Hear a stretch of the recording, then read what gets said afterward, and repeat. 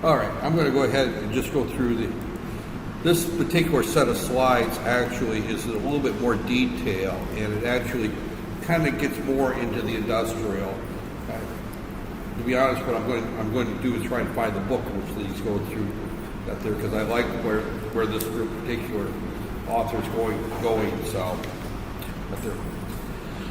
so we're going to kind of go through it, and some of this is repeat from the other day, some of it's new material, but it's a little bit more detailed and a little bit more at the university level where we should be at.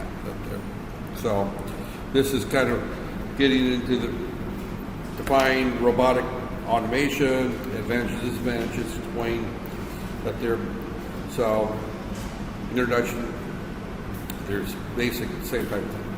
Okay, what a robot is, just a simple definition, similar to what we had the other day, is a robot is a machine that can be programmed to do a variety of tasks. It's any type of machine that can be programmed to do something. And that's a very wide definition. It goes everything from robotics that can perform surgery, remote control, to self-driving automobiles and production cars. Slowly, we're going to get a class going here. So it can range from very simple machines, remote control cars. Now, a remote control car really is not a robot, in my opinion. And the reason I don't consider it a robot, in my opinion, is because you have to control it. It's basically a remote control device. It's different than a robot. A robot is something that you can program to do the same task over and over again, or to do a particular task. So if you look at, for example, a bomb disposal unit, has a camera on it, you're remotely controlling it. Is it really a robot, or is it a remote controlled vehicle? So if it has some built-in intelligence where it can identify a bomb and dispose of it without user intervention, then it's probably a robot. If it relies on somebody sitting there with a camera and a computer remotely giving it directions on which way to go with a joystick or a mouse and telling it what to pick up and put into the box, then it's a remote control vehicle. So when we look at what I consider a robot versus remote control, it's a little bit different. A factory arm that picks up an object and moves it to here, that's being controlled from outside, is remote control. But one that does that continuously, 8 hours a day, 16 hours a day, 24 hours a day, without human intervention, is a robot. So the key thing there is a machine that can be programmed to perform a variety of tasks. It has to be programmable.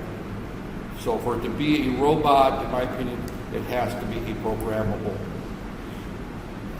machine of some type. And it has to perform some type of tasks.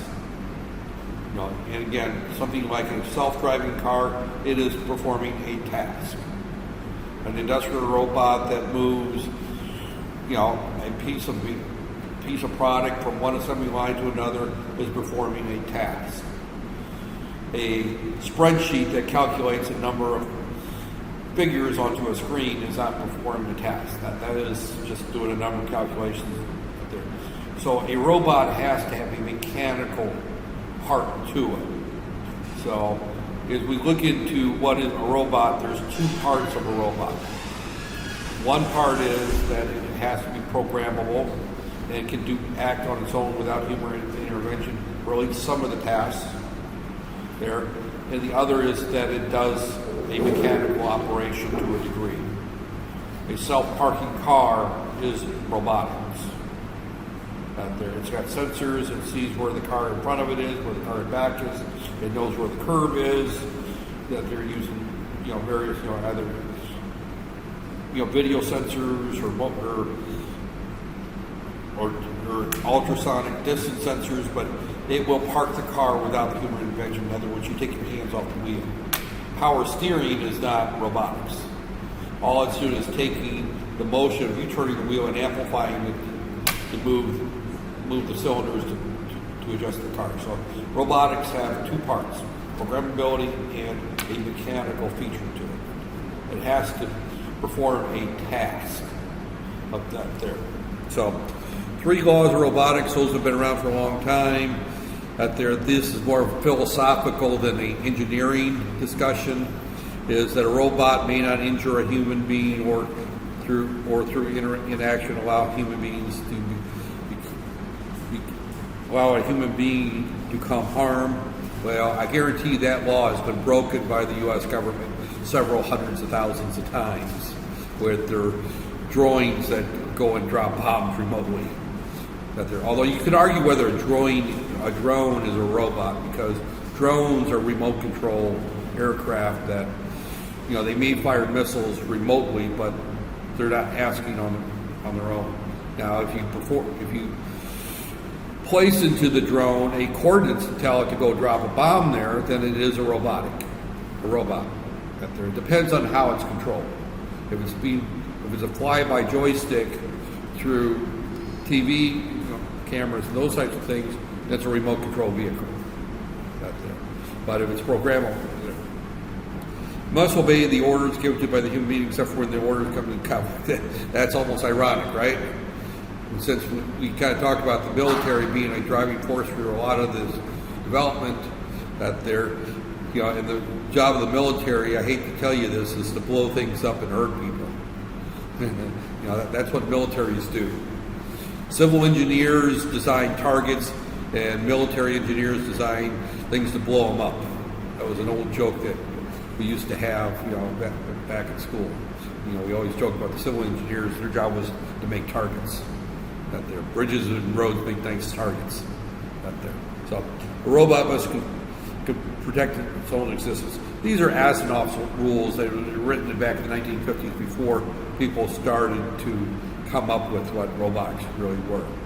Okay, to qualify for a robot, it usually needs 5 parts. And hint, final exam question here, right there. These slides will be posted up there. It needs a controller. For all practical purposes, a controller is going to be a computer module of some type. It may be a simple 8051 microcontroller, or it may be a full-blown computer system out there, but it needs some type of controller out there.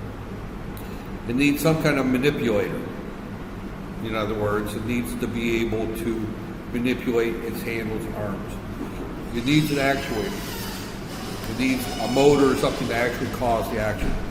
It needs some end effectors, which we'll talk about that in a few minutes, and it usually needs sensors. Right there. So most robots have at least some of these 5, and most will have all 5 of these parts right there. So, look there. The controller. We're just going to kind of define what the controller is. It's connected to a computer. It's the brain of the robot. Up there. Allows the robot to be networked into, also allows it to be networked into other systems. Most industrial robots do not function standalone. They're networked into a factory automation system. Out there through a computer network of some type where somebody can monitor the status of any particular robot at any particular time and what's going on out there. So they have a controller that are run by a program set of instructions written in code. So basically, you have to write code for it out there. So out there. Now, most robotics, you don't sit down and write assembly language code for it, or C code, or even Visual Basic. Most of the robots actually have a programming module where you sit down and walk it through the instructions there. And the intelligence of the robot itself will then convert that to the instructions on how to move each actuator out there. So we'll get in a little bit more detail on how these controllers work right there. Yeah. Can I ask? Yeah. Why do you want to set the code? Because right now we have PLC. We have PLCs, right? Just key in the instruction. Well, PLCs, of course, are which is programmable logic controllers. And PLCs will control a lot of robots. So you can program a PLC to control the robot. That's one type of controller. So now a PLC also controls assembly language, or assembly lines, conveyor belts, heating cores, process controls. So a PLC can be the controller. But you got to remember, what is in a PLC? A microcontroller or microprocessor. So the PLC itself could be the controller for the robot, right there, or it can be part of the control mechanism. So the PLCs are part of the equation up there, and of course PLC uses ladder logic, and that is one way of programming robots. Other ways are using the training modules. Other ways are actually sitting there typing in the code and figuring out the X, Y, Z coordinates, which nobody wants to do. They actually want to put the robot there on the factory floor, and then using a programming head, move it over, pick up the piece, move it over, drop the piece, and then have the robot remember those set of sequences, and they'll go through that training multiple times until they get it exactly right. And the PLC will remember that code right there. So a PLC is not necessarily out of the equation. It could very well be the controller of the robot. In many industrial applications, it is the controller of the robot. We just mentioned that also allows it to be networked into other systems. So the PLC is part of that other system. That there. So you're right. Yeah, bringing up PLCs at this point is an excellent point. That the PLC may be the master controller, and there may be another controller within the robot that just specifically controls the movements of the arms and the end actuators and everything else. So the PLC may just simply tell the robot to move the piece, and the internal programming of the robot does what the robot does, and the PLC is not involved in that operation. I've seen both situations right there, but PLCs are definitely part of this control operation right there. They're definitely a big player right there. And do you take a course in PLCs? What's that? Diploma. And the diploma. Now, I'll be quite honest, I think PLCs are probably as valuable or more valuable to your degree than some other things you take, because PLCs are a big part of this whole equation design process. Because if you're going to be working in manufacturing environments with robots, you're very likely to see PLCs. I actually taught a course 2 years ago where I had to teach PLCs. I have never worked in a factory where I set up PLCs, but I've had to teach PLCs a number of times. So I'm familiar with them, and I've had robots that were controlled by PLCs. But we programmed the robot separately from the PLC. The PLC would trigger the robot to do a particular task, but the robot was programmed internally to do the task. Because PLCs don't have a whole lot of brain power. It's ladder logic. They just tell a motor, to start an operation.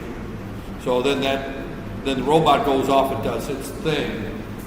And then when it's done, it sends a signal back to the PLC saying that we're done, that it's done. So the PLC actually controls the controller and the robot. So it's part of that network operation. As I said, most of them are networked into a factory automation system. The PLC is the factory automation system.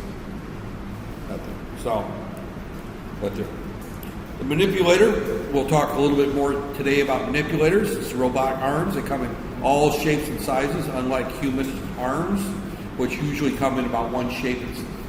They come in different sizes, and there's some variations on the shapes of human arms, but it's the part of the robot that positions the end effector and the sensors. For the robot to do something, it has what's called the end effector, and the end effector is the thing that picks the item up. It's the spray paint gun that sprays the paint. It's the welder that connects that. That's what's meant by an end effector. It's what actually does the work. The job of the robot arm is to get that effector into the position to do what it's doing. It also brings the sensors along to know what's happening right there. So many can resemble human arms and have shoulders, elbows, or even fingers. We'll look at some examples later in this set of slides right there. So, A simple robot arm will have 3 degrees of freedom. It can move 3 ways, up, down, left, right, forward, or backwards. Some have more than 3 degrees of freedom. Some only have 2 degrees of freedom. So 2 degrees of freedom means that it moves in an X, Y coordinates. 1 degree means it only moves left or right. I haven't seen, you wouldn't really call it a robot if it had only 1 degree of freedom, but I've seen something like that. So here's an example of the arm, what they call the manipulator. This particular one has an arm sweep. This will rotate in a circle. It has a shoulder that goes up and down like my shoulder. Now, this particular shoulder doesn't do this, but because of this arm sweep, that emulates this movement. So the shoulder goes up, down, and then we can rotate it right there. And then it's got the elbow that goes up and down like this, and then it's got the pitch it off for the hand type right there. So this is the whole thing right there. This is about as complex of a robotic arm as you're going to see.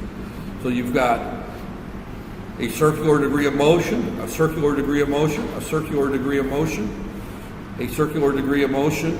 Also, this yaw means that we can open and close that right there and turn it this way right here. So we've got all kinds of degrees of freedom. This one has got 1, 2, 3, 4, 5, 6 degrees of freedom right there. So that can move all over the place. This is about as close to the human arm as you're going to get in terms of degrees of freedom right there. So the actuator is used to drive the processor to allow it to move to a particular point. That's actually the motors right there. So we got the manipulator is what is the actual arm, but we have to move the manipulator with something right there. And that's usually some type of motor.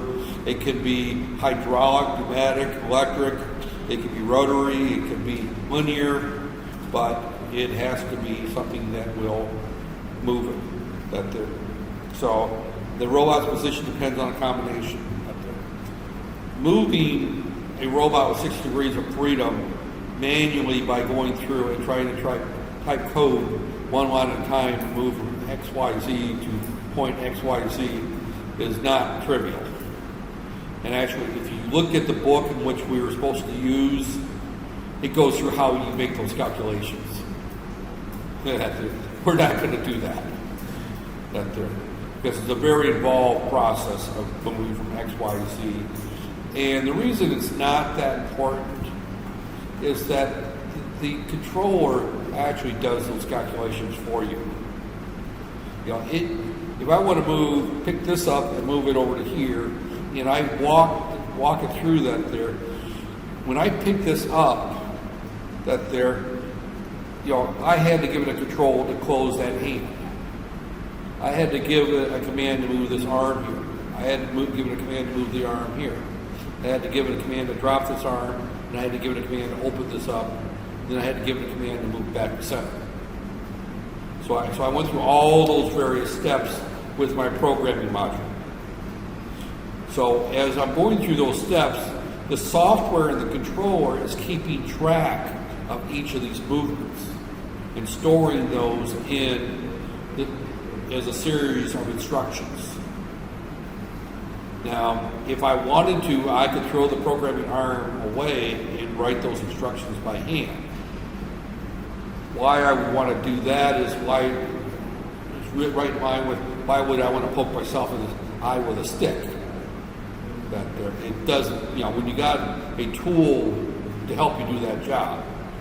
Now, some cases, some people will go in there and they will kind of tweak those commands to take out unnecessary movements. You can tell a robot that's been programmed by somebody who's not experienced because it'll have some jerky movements as they're going through there. So they'll pick it up and then it'll move, because they're not very fluid with using the programming module. So someone could go there and try to clean up those instructions. Most of the time, a person gets experienced enough where they do it, you know, fairly cleanly, and you don't have to manually tweak those instructions. But the actuator is actually the job that use to drive the processor allowed to move. There. And that wording is terrible. It's actually what moves the arm and the end actuators and those things. So you have multiple types. As I said, we can spend an entire 4-year degree studying robotics, where we would study pneumatic and hydraulic cylinders and how they operate, how they interface in the system. We can look at pneumatic and hydraulic rotary motors out there. We can look at all the various types of electric motors we can use out there. But most cases, almost all robots use either air, hydraulic fluid, or electricity to move the arms around, the actuators out there. So the position out there. A robot has a simple movement is driven by a mechanical system that uses a cam. Well, out there. Well, this is just showing just a very simple one that just simply moves it with a cam. Well, let's just skip over there. The end effector is connected to the end of the robot arm. It's a tool. A robot that just moves around and does nothing is worthless. It has to do something. Otherwise, why have it out there? Unless you've got the barking dog. You know the toy robot that just barks and walks across the floor and out there. But we're assuming if you're going to be going through and putting a robot together, you want it to do something. You want it to grip. You want it to pick up an IC with a little vacuum suction and move it over to here. You want it to hook something. You want it to scoop. You want it to mix something. You want this robot to do something. It may be simple as a paint stirrer. We've got a process in which we're making paint out there. Well, the first part of the process is the paint can comes down through here, and a base is dropped down there. Some kind of paint thinner might be dropped in here. A pigment is dropped down there, and then finally the last step is a robotic arm comes down there and stirs it all up, mixes it up, drops it up out there, and then it goes to the next one, and a lid is placed on there. So all 3 steps have to have something happen. First step, something comes down and squirts out a liquid into it. The second one squirts out another liquid. We program how much of each liquid for what color paint we want, for example. And then the last step is something comes down and stirs the paint. Something may come down and then places the lid, or something may come down and it may do something else. I'm just using examples off the top of my head right there. We may want to pick up an engine and bring it over here and place it in a particular position while 3 other robots come through and bolt it into place right there. So we can have multiple robots working on the same process right there. I've seen that process. The engine's picked up, it's dropped into place, held into place. Another robot out there, there's some sensors to line up the holes for the engine mounts, and then other robots come down there and stick in the bolts to bolt the engine into place right there. We may come down here and our vehicle is sitting here and a robot comes down there and starts spraying paint right there. So all these end effectors do something. Again, an example is a spray paint gun, a wrench that tightens bolts out there. And it may actually have a bolt that is ejected out, put into the socket, and then tightened. Right there. That's all can be done in one step. Because the whole idea of a robot is to do something we don't want to do by hand. So if the robot can line up the bolt and put it in the hole, then why do you want to pay somebody to pick up that bolt, put it in the hole, and then have the robot come and tighten the bolt? Let the robot do everything. Right there. So if it has more than one arm, there can be more than one. There can be more one effector on the same robot. Some robots will change end effectors by themselves. I've seen robots that have grippers, and then once it's done with that operation, the gripper comes off and something else comes on. The same robot can do. Here he talks about having two arms that do this. One arm is moving the engine in, another arm is screwing the bolts in. But I've actually seen one where it places it in place and then gets another actuator to start bolting it in. Usually an engine wouldn't be the one because the engine's got to be held in place in 3 dimensions. It can't be just set in place. But I've seen that there. But the end vector, so again, they're just showing some examples of some end effectors. So again, we've learned 3 terms here.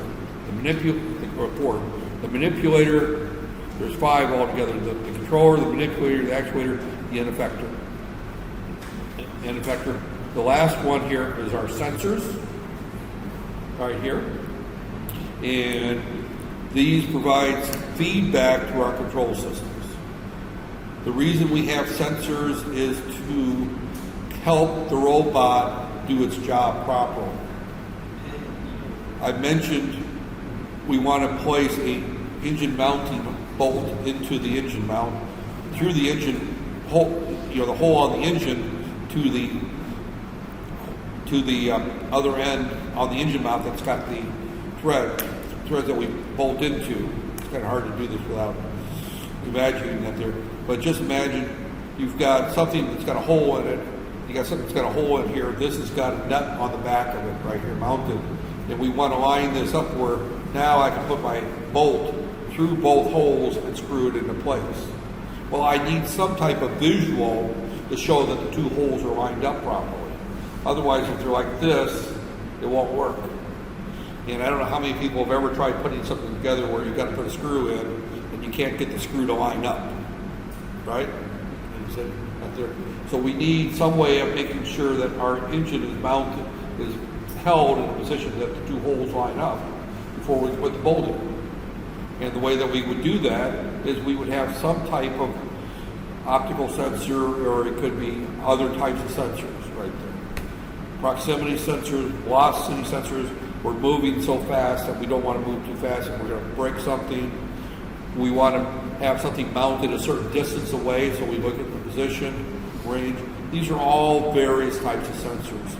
And what those sensors are doing is they're going back and telling the controller of the robot to make minute changes in the position or the speed so that we don't damage or that it's done properly. So those are our 5 main components that we have right there.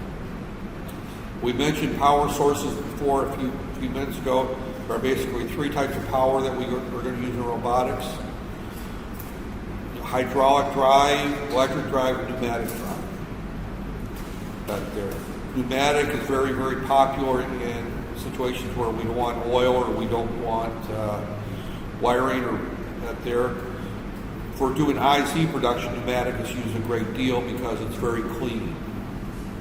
You don't want to use hydraulic in a clean room where you're dealing with IC manufacturing. But you're not going to get enough horsepower with a pneumatic drive to pick up a 1.5 liter engine to drop it into a MIV, right?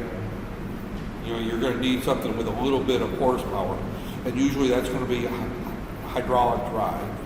Hydraulic drives tend to lift more and carry more weight than the electric or the pneumatics.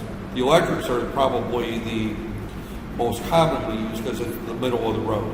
They're the easiest to control and the easiest to work with. The hydraulic and the pneumatic means that you're opening valves and trying to control that particular, using how much, with the hydraulic and the pneumatic, you have a pump. It's usually a centralized pump for the factory that there, and they have air lines that plug into that there, and you have to control how much air is going to be, how fast a particular actuator is going to move that there. So those are the 3 power sources right there. Again, a little bit right there. The hydraulic can be very fast. It's preferred for moving heavy parts right there because it is very, very powerful right there. Preferred to be used in expressive environments. In other words, if it's an area that's going to explode, you don't want electric motors right there. Hydraulic drives are big. Hydraulic drive motors are huge, robots out there. And you do have the danger of leaks right there. And I've seen hydraulic hoses break, not on robotics, but on presses and other industrial equipment. When a hydraulic hose breaks, there's a lot of oil everywhere. A lot of oil, and if it gets in your eyes, it can be very out there. I saw one break one time, and it was actually on a heated press, so it was very hot oil. And we had a couple of employees end up in the hospital afterwards. So So hydraulic is usually, again, those are the big heavy duty motors or robots that are using hydraulic. Electric, they're slower in comparison. They're actually pretty fast, but they're good for medium size. They're very accurate and repeatable though. It's very easy to control stepper motors, servo motors, because you can use feedback control very easy with out there. You can use the stepper motor, which is an open loop control. Do you understand what I mean by open loop versus closed loop? Yes, okay. What's that? Control system. Okay. I didn't, I'm kind of a weakness that I don't, even though I've been here a year, I don't necessarily know exactly which courses you've had before that there. And again, I picked up this course at the last minute when, no one else wanted it for some reason that there. And again, industrial motors is one of those areas that, I've been around them, I'm not an expert in that there, so.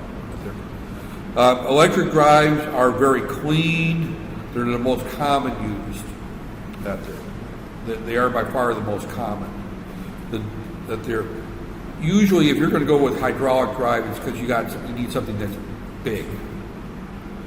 The speed of the electric drives usually is not a problem, but it's the amount of weight these arms have to support and move that really pushes that there. Pneumatic, these are used for the toy robots quite often. Less expensive than electric hydraulic, suitable for less degrees of freedom, for simple place, and they're relatively cheap. These are also used a lot in clean environments and they're used sometimes in areas where you need to worry about electric sparks causing explosions. They're sometimes used in hostile environments right there. So again, we've covered quite a bit of possible questions here. I've covered 5 of the major components and now 3 of the power plants. Now we're going to go into the 3 types of movement we can do. So we can rotate, we can radical, and we can do vertical. These are the 3 types of movements that a robotic actuator can go through, manipulator. I use the term actuator and manipulator interchangeably. An actuator is something that's actually moves, and manipulators. So you can rotate it in place, rotate, radical, vertical. And here's where I don't have the camera, so nobody sees my arms moving up and down. This is where the cameras would come in place. So robotic joints, we've got 2 types there. The prismatic, that's a sliding or linear joint. That means you move side to side or forward and backward. And rotational joint right there, revolving, twisting right there. Again, that goes right back to our 3 types of movement right there. And the radical, by the way, is actually a prismatic type. It only moves in one direction right there. This is a prismatic joint. That's what it would look like. Think in terms of, for example, a milling machine, where we're going through here, and this is going side to side, and this is going in and out, and this goes up and down, and I've got a drill bit that comes down here and drills that there, and I wanted to put a design on a piece of wood, say a block of woodworks where I'm building, building furniture that's got a nice, neat, a nice little wood pattern that on it that you have for the door of a cabinet, for example. This is the type of robot we would use right there. Your piece of wood would sit right here, On the end of here would be your little drill bit or milling bit that would actually come down and cut into the wood. This would move back and forth. This would up there, and you would sit there and you could program this to draw the same pattern 10,000 times a day. You place a piece of wood on there, hit the button, you pop it off, and there's your door to your cabinet. You put the next one in there. All right, I'm going to make a different type of cabinet. I changed the software for my machine, my robot, and it's going to draw a different type of pattern right there. So this is a very common, one of the early types of robots that were used for wood, in the furniture industry. It's also used other places, but the furniture industry is a common place where you would see this type of robot right there, where you're actually milling a particular design onto a piece of wood for decorative purposes, or even, what should I say, functional purposes right there. But you want something there. What they're not showing here is the end effector, which would be, as I said, something that would cut into our wood right there. So that would be an example. You would see that there. A lot of printed circuit boards are done this way. PCB board, because a PC board is basically a milling machine that only has 2 levels. Well, wood manufacturing would have multiple levels right there. So you either cut away the copper or you leave the copper in place right there. And actually a PCB board machine would actually then change the actuator to a drill bit to go through and drill the holes after it's done milling the copper right there. So, and quite often you'll see them where they're actually doing both sides of the board simultaneously on a double-sided, or you have to take the board out and flip it, and it does the second side that way there. So, rotational joints are just simply that, they just rotate right there. This is just a simple drawing right there where the actual actuator could be a motor here, or it could be a lever here that will move it up and down right there. This is very similar to like I have on a garage door opener. Or not garage door, a gate. I'm still thinking U.S. where we have garages. Malaysia, you don't have garages typically. You just have an electric gate in front of your house out there. They use this type of joint, but they don't put the actuator in the joint itself. They have the arms that move in and out to move the gate, open and close the gate right there. A twisting joint is basically it rotates right there. Now, quite often they will place in there a clutch to where, when I mean a clutch, it's something that will press both of there, and when they release the clutch, the 2 parts separate right there. So, there, and we can control that. That's a twisting joint. And a revolving joint is just nothing right there.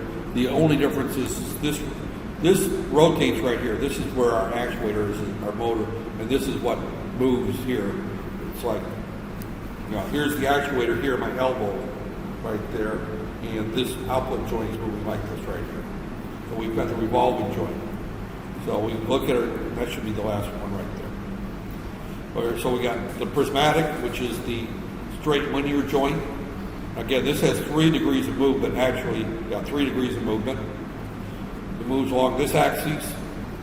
Sorry about that. This axis, up and down, and then this one moves here.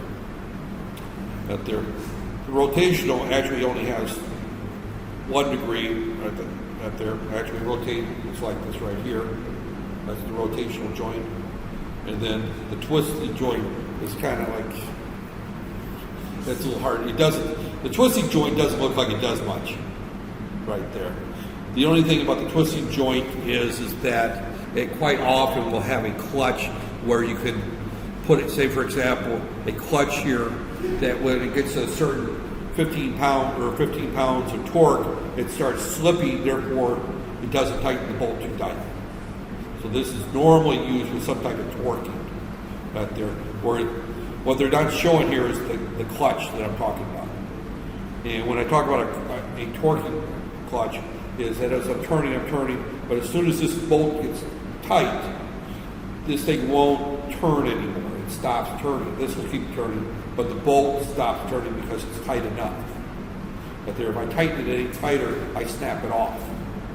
Or in the case of the heads that I'm mounting, I have uneven torque on my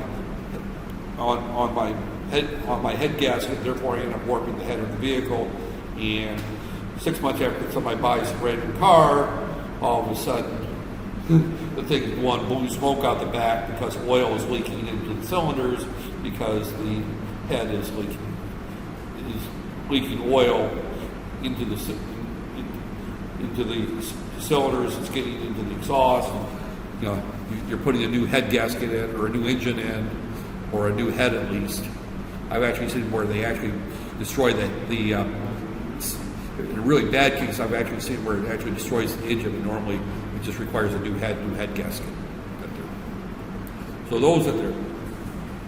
I'm kind of winding up this discussion. Like I said, it was about an hour's worth of discussion here, but I think this is getting a little bit more detailed than what we did the other day out there, and it's really where I want to go with this course.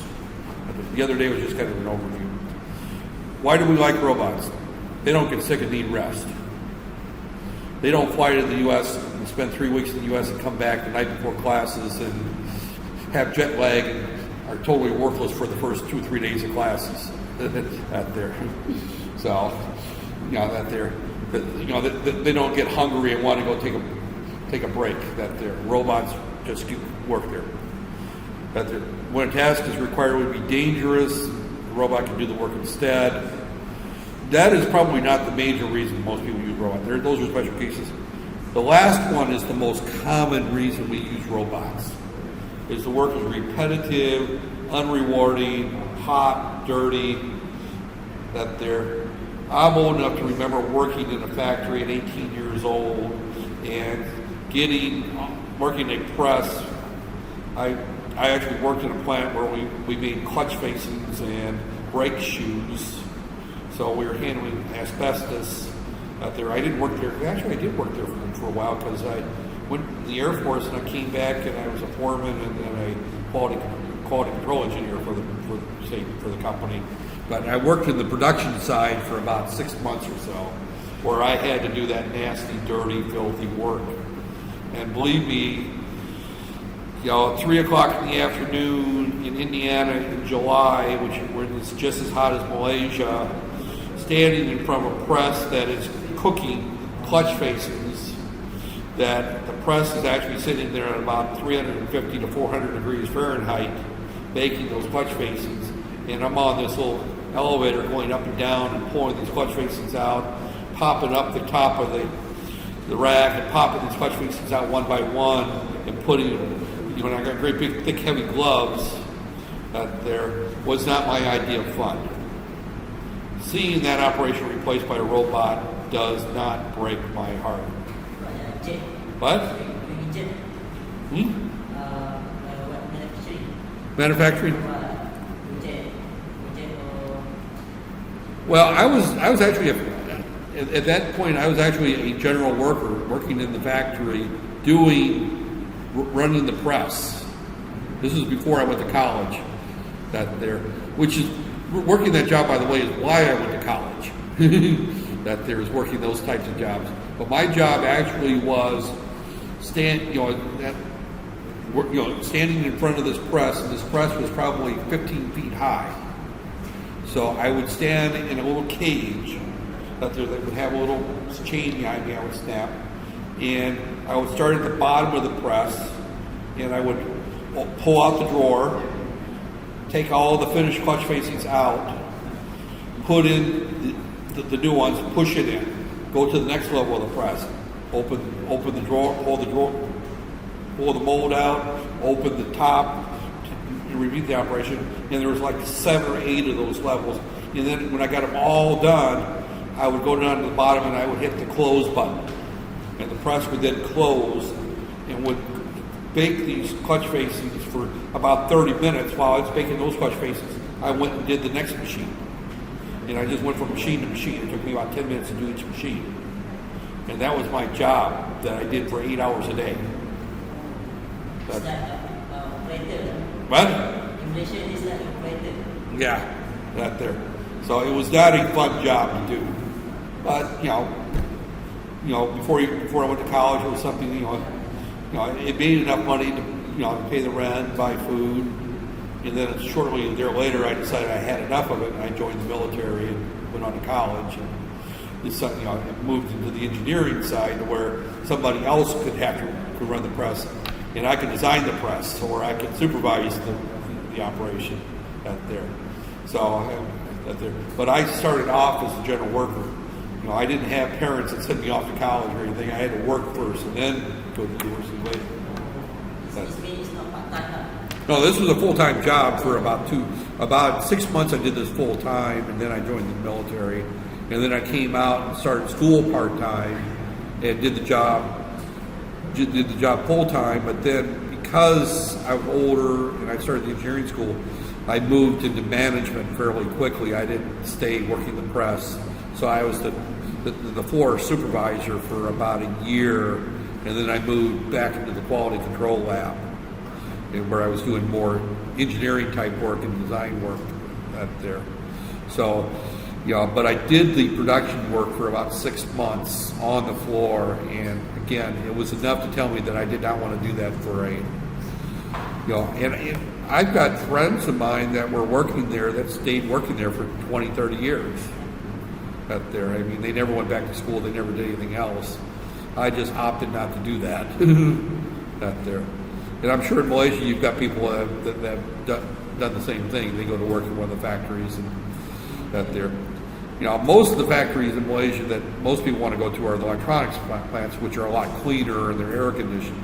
But the work is no more exciting out there. Factory work is pretty boring.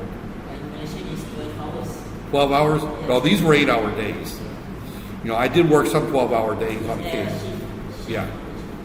That there, yeah, because actually my wife's niece's husband, he works at Texas Instruments as a shop, or as a floor supervisor, and he works 12-hour days. Well, 12 hours days, and then 12-hour nights, 12-hour days, 12-hour nights, shift back. Mine was just Monday through Friday. I started off on second shift where I worked 4 p.m. to midnight out there, and then I ended up on days eventually. So, but regardless, robots replace people doing that type of work. And people don't want to do that type of work. There's more fun things to do. And as I look at the young ladies, I should point out that probably 70% of the factory workers at that plant were women, doing the same kind of dirty, filthy work. And you would come home at night and your skin was all black. Not because of the sun, because of the dirt and filth in the plant. Out there. It was, so, replacing that type of work with robotics is a good thing. Out there. So, and plus we were handling that raw asbestos, which causes lung cancer. So there's also a hazardous environment. So when having worked that type of work, I can really appreciate replacing that with a machine that automatically goes up, down, kicks out the new ones, puts the new ones in with arms, and does it all automatically. So that type of operation is done by a robot anymore. It's not done by hand. Just like the guy that used to move the engines by hand and drop them into the truck chassis and manipulate this 400, 500-pound piece of iron and try to get it in there, and then get in there and try to tighten the bolts by hand. People have lost hands, fingers doing that type of work out there. So it's dangerous work too. Disadvantages of robots. They don't have a brain. They have a microprocessor that does what you program, so they cannot come up with new ideas. They don't think independently. They don't make So if you've got a process where you have to, a robot is only good if you've got a repetitive process that doesn't involve making decisions out there. Now, some decisions can be programmed in the robot. I mentioned having the sensors to manipulate that there. A robot can quite often judge what size of spacer to put in there and select the right part to put in there. But they can't make complicated decisions out there. So you're not going to come up with a robot that's going to paint a very elaborate painting for you. Now, once you've done the painting, the robot can duplicate it out there, but it's not going to come up with anything unique. So robots are really good for repetitive tasks out That there is really what they're good for. Okay, I think, well, we've got the 6 types there. I'm debating. I think I covered too much already. I mean, there's a lot of material. There's probably about 10 slides left here, but I think I'm going to even wait till after the next week. Now, when do we meet again? Is it next Wednesday? Next Thursday? Oh, this class meets Thursday? No, yeah. Tuesday is public meeting. Okay, so that's what I was checking. Okay, yeah. So next Tuesday, we don't meet right there. So we meet a week from today. So I will pick up where we left off then. But that gives me plenty of time to actually try to find a book that we can use for a reference. But this is the direction I want to go right there. I don't want to go into 4-dimensional matrix operations and triple integrals and second order differential equations that there, because none of you are ever going to use that when you graduate, in robotics.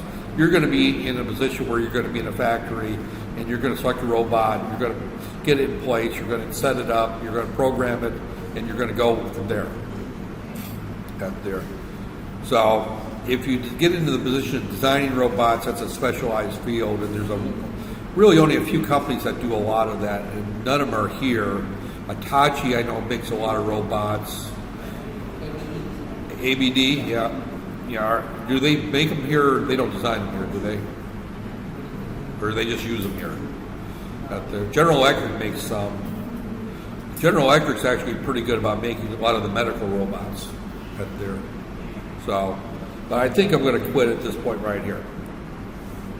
So as I look here, yeah, I've got there's like 15 slides left in this that they're in. It's not that we're actually a little short on time, but I'm just sitting there looking at how many slides I'm going through and how much information is that there, and I don't think